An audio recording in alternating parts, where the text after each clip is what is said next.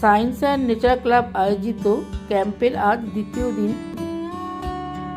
এই ক্যাম্পে নানা ধরনের শিক্ষামূলক কাজকর্ম হয়। এই ক্যাম্পের অভিজ্ঞ ব্যক্তিরা বিজ্ঞান ও প্রকৃতি বিষয়ক নানা ধরনের ক্লাস নেন। আকাশ একদম পরিষ্কার, রোদ উঠেছে, তাই ছেলে মেয়েদের কষ্টটাও কম হচ্ছে।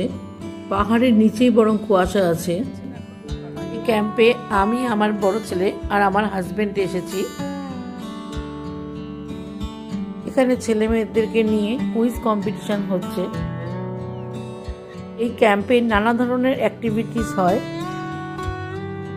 Not making, river crossing, climbing, cooking ইত্যাদি।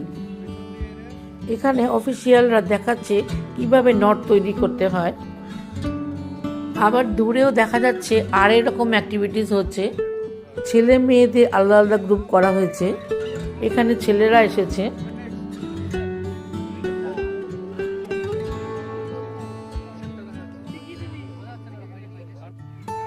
এই ক্যাম্প দেখতে নানান জায়গা থেকে অনেক বিশেষ বিশেষ লোকেরাও এসেছেন।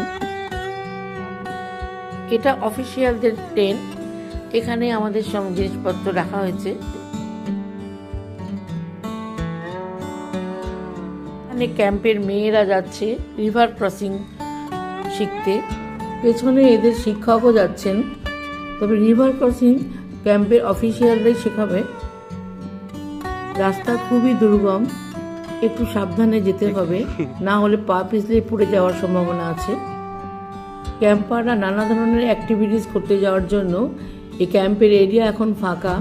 এখানে ক্যাম্পারদের গার্জেনরাও ঘুরতে আসে। রান্নার ব্যবস্থা হয়েছে।